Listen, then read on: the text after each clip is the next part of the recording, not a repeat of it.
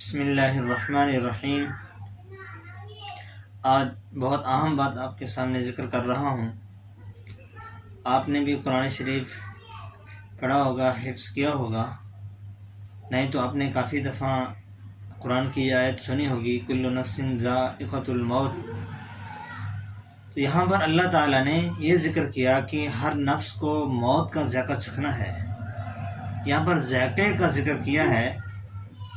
اللہ تعالیٰ نے یہ ذکر نہیں کیا کہ ہر نفس کو، ہر ذی روح کو موت آنی ہے، یہ لفظ ذکر نہیں کیا۔ یہ ذکر کیا کہ ہر ذی روح نے موت کا ذائقہ چکھنا ہے۔ تو اس میں آخر کیا وجہ ہے کہ وہ لفظ کیوں ذکر نہیں کیا گیا؟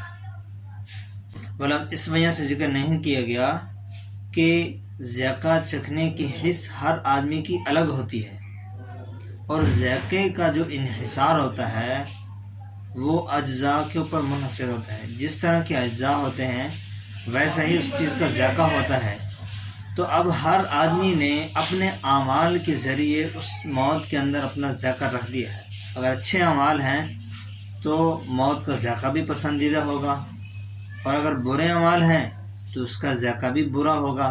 تو اس لیے اللہ نے ارشاد فرمایا کل نفس ذائقۃ الموت، کہ ہر ذی روح نے موت کا ذائقہ چکھنا ہے۔ یہ ارشاد نہیں فرمایا کہ ہر ذی روح کو موت آنی ہے، یہ ذکر نہیں کیا، اس لیے کہ ہر آدمی کی موت کا ذائقہ الگ الگ ہے، اور ہر ذی روح نے اپنی موت کا ذائقہ خود چکھنا ہے، چاہے وہ اچھا ہو یا برا ہو۔